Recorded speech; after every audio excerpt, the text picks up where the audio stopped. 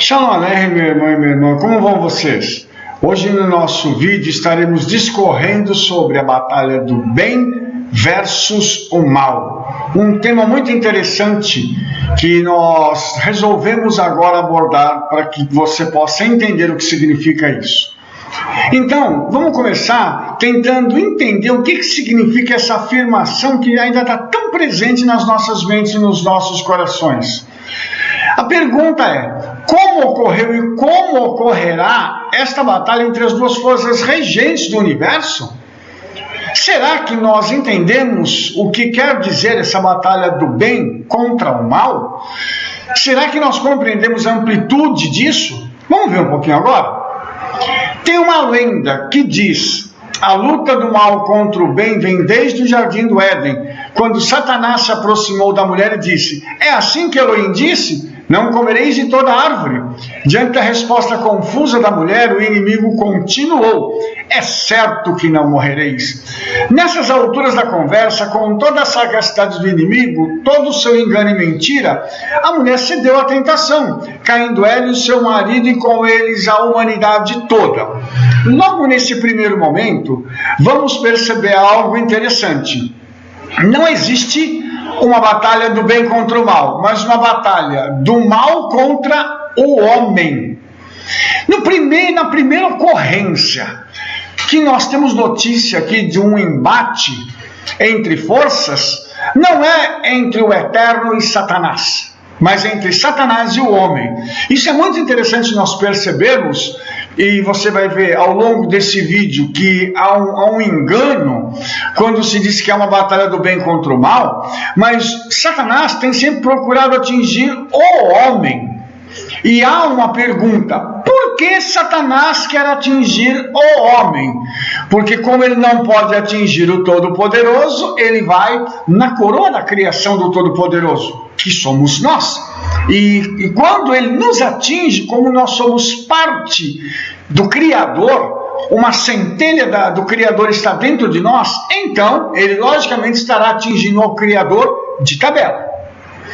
A pergunta: quando o Eterno foi atacado numa batalha pelo mal? A resposta é nunca.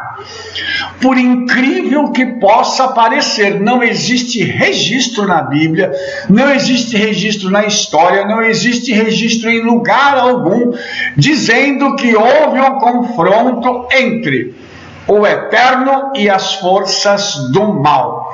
E eu vou lhe mostrar agora mais algumas coisas para clarearem ainda mais essa nossa noção, tá? Veja esse texto que interessante. E vindo um dia que os filhos de Elohim vieram apresentar-se perante o Eterno, veio também Satanás entre eles. Então o Eterno disse a Satanás: de onde vens?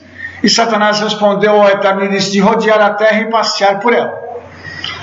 Duas coisas que eu preciso enfatizar aqui. Primeiro, os filhos de Elohim aqui são anjos. Eles se apresentaram diante do Eterno e Satanás foi entre eles. Agora uma pergunta: Satanás está na sala do trono? Fazendo o quê? Como isso foi possível acontecer? Então aqui existem alguns ingredientes e tem um diálogo aqui do Eterno com Satanás. Então você vê que esse diálogo, o Eterno faz uma pergunta a ele e ele responde.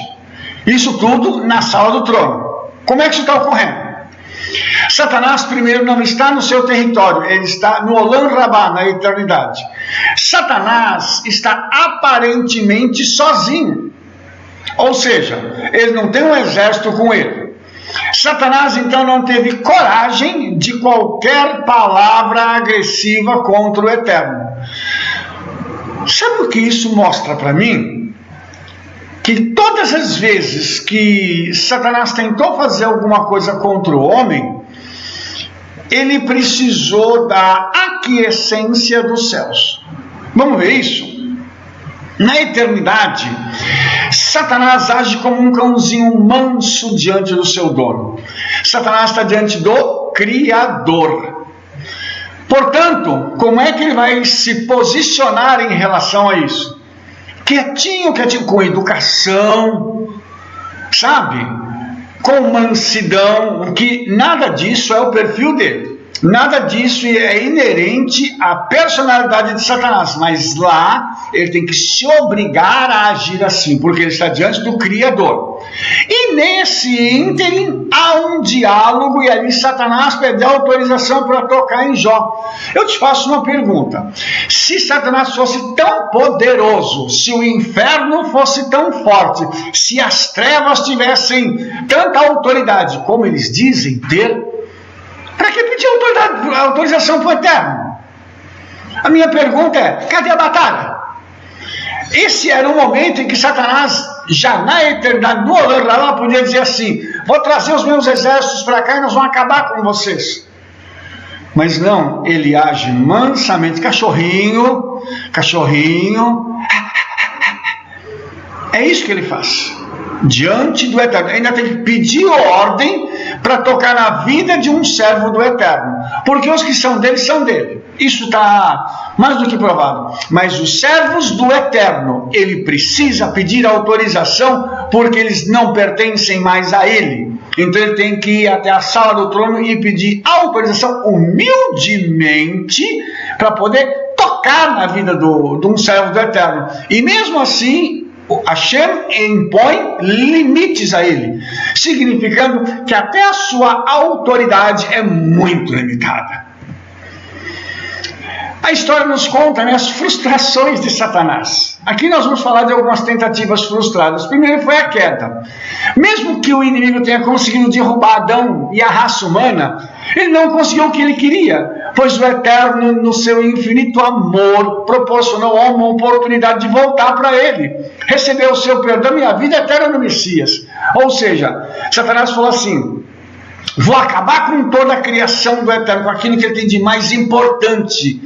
As fagulhas, as centelhas da eternidade estão no homem. Vou tragar o homem então para mim. Só que ele não conseguiu. E uma coisa interessante, que o Eterno impediu que o homem comesse do fruto da árvore da vida, porque senão ele viveria eternamente e não teria como receber o perdão, assim como é o caso de Satanás.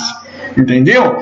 Então, as pessoas hoje que aceitam Yeshua como seu Salvador irão comer desse fruto sim, mas lá na eternidade. Tá? Então Deus, na sua infinita sabedoria, já havia previsto esses acontecimentos e na sua presciência preparou o caminho da vitória para o homem. Na cruz, o Messias triunfa sobre esse intento do inimigo.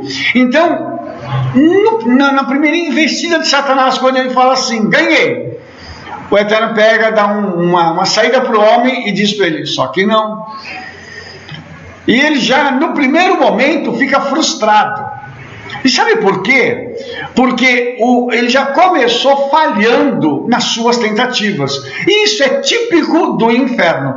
Eles tentam fazer alguma coisa, mas o Eterno transforma aquilo em algo que glorifica e exalta o seu próprio nome. Agora nós temos a segunda tentativa, que foi a geração cainita. A civilização que pereceu no juízo do dilúvio foi cainita de origem, caráter e destino. Então, eles excluíram o Eterno de suas vidas e até as palavras atrevidas de Lameque. Aí essa civilização se tornou esplêndida, mas o juízo do Eterno está de acordo com o estado moral, não com o material. Engraçado isso, né? Mais uma vez, Satanás teve uma tentativa frustrada. Pessoas que se levantaram contra o Eterno, independente daquilo que eram, que possuíram, mas daquilo que fizeram, foram julgadas por aquilo, pelas suas palavras e pelos seus atos. E assim o homem vai ser julgado, não por aquilo que ele é, pela posição ou por aquilo que ele tem, mas ele será julgado sim por conta da sua postura moral e espiritual. A sua desobediência acarretará então a sua condenação, que foi isso que aconteceu com aquela geração. Depois nós temos os filhos de Noé, que é a terceira tentativa, e a Torre de Babel. Eles disseram: vinde, edifiquemos para nós uma cidade, uma torre cujo topo alcança até os céus, e tornemos célebres os nossos nomes, para que não sejamos espalhados pela terra. Mais uma vez, Hashem entra em juízo na primeira tentativa já do homem pecador de se estabelecer um estado mundial de oposição ao seu governo. Ele feriu exatamente aquilo que o une, isso é, a língua. Olha que interessante isso, irmãos. Então, mais uma vez, nós temos aqui uma tentativa de Satanás e, mais uma vez, uma frustração. Ao longo da história, nós entendemos que Satanás coleciona frustrações diárias, que ele engendra, ele prepara as armadilhas e o Eterno transforma aquilo para a glória do nome dele. Quarta são os impérios organizados. Aí a gente sabe que o Satanás quer ser adorado como se ele fosse o Eterno, né? Então ele sabe que não tem mais nenhuma chance depois daquilo que ele fez na eternidade, e como ele perdeu o seu estado original, agora ele quer ser adorado e servido a qualquer custo. Então os grandes impérios, os reis, os príncipes foram adorados, reverenciados como deuses. Lá em Roma, os imperadores se intitulavam divinos. As estrelas do mundo artístico, elas são aplaudidas e idolatradas pelos seus seguidores. Então, olha só que interessante, qual foi a prerrogativa de Satanás, então? Vou fazer o seguinte, eu vou agora pegar cada um desses impérios e vou fazer com que esses impérios se levantem para eles poderem esmagarem Israel, acabarem com o povo do Eterno. E mais uma vez a história mostra para a gente que a frustração veio, porque toda a tentativa de Satanás de eliminar Israel terminou em quê? Terminou numa festa. Olha que interessante, lá no Egito o Eterno transformou a escravidão em Pêssar. Depois nós temos no Império de Assuero, os Medo-Persas, nós temos Ramã que se levanta contra o povo de Israel e o Eterno dá para eles a festa de Purim. Lá no período intertestamentário, quando os greco-sírios se levantam também para dominar Israel, os macabeus chegam e o Eterno dá para eles mais uma festa chamada Hanukkah. Então, aquilo que o adversário tentou fazer contra Israel, mais uma vez o Eterno transformou isso em festa e glorificou o nome dele. E isso fica muito claro, porque cada vez que nós celebramos uma festa bíblica, nós estamos exaltando não só o nome do Senhor, não só estamos obedecendo a palavra dele, mas estamos dizendo para Satanás, você perdeu de novo. Na Brit Hadashah, nós temos um evento estranho aqui em Mateus capítulo 4, que eu preciso comentar com você. Está escrito assim: então o diabo levou a cidade santa e o pôs sobre o pináculo do templo e disse-lhe, se tu és o filho de Elohim, lança-te daqui abaixo, porque escrito está, que aos seus anjos dará ordem a teu respeito, e tomar-te-ão nas mãos, para que nunca com o teu pé tropeces em alguma pedra. Disse-lhe Yeshua, também está escrito, não tentarás o Eterno, teu Elohim. Estas palavras, quando Yeshua está sendo tentado no deserto por Satanás, elas soam de uma forma muito estranha. E por que eu digo que elas soam de forma estranha? Porque Yeshua termina isso quando Satanás usa as palavras e usa a Bíblia para tentar induzir Yeshua ao erro, e Yeshua termina dizendo, não tentarás o Eterno, teu Elohim. O que Yeshua estava dizendo para Satanás? Ele estava dizendo o seguinte, lembra quem te criou? Lembra de onde você veio? Você saiu de mim. Eu te criei, então cuidado com o que você fala comigo. Eu estou parafraseando, lógico, né, irmãos? Essa é a minha interpretação destas palavras. Agora, Satanás foi muito audacioso, porque ele sabia quem era Yeshua.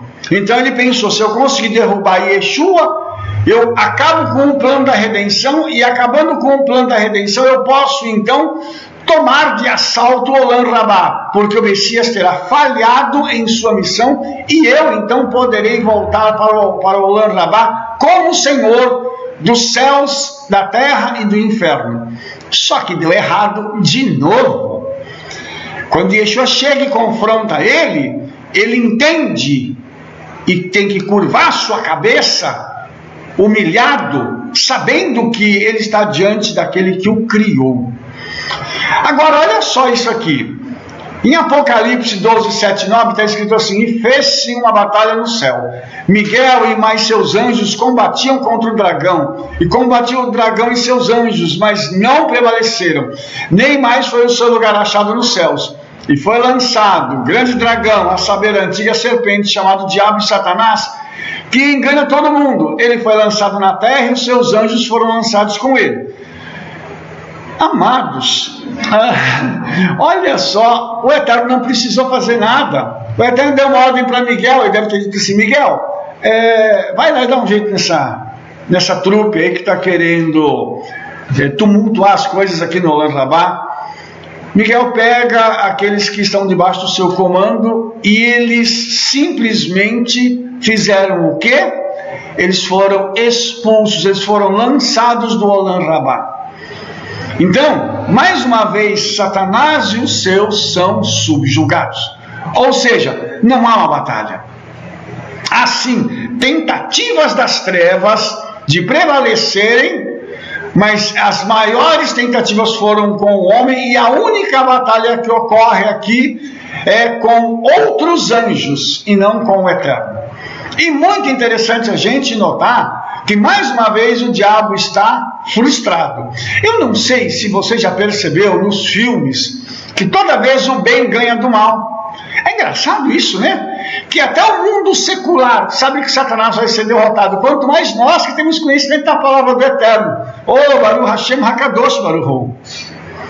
Finalmente, e vi descer do céu um anjo que tinha a chave do abismo e uma grande cadeia em sua mão, e prendeu ao dragão, a antiga serpente, que é o diabo e Satanás, e amarrou por 1000 anos, e lançou no abismo, e encerrou e selou sobre ele, para que mais não engane a gente, até que os 1000 anos se cumpram, e depois disso importa que seja solto por um pouco de tempo. Amados, esses versículos aqui de Apocalipse capítulo 20 mostram de novo um anjo prendendo Satanás. Ou seja, cadê a luta? Cadê o poder deles, a autoridade deles? No satanismo eles dizem que ainda vão vencer.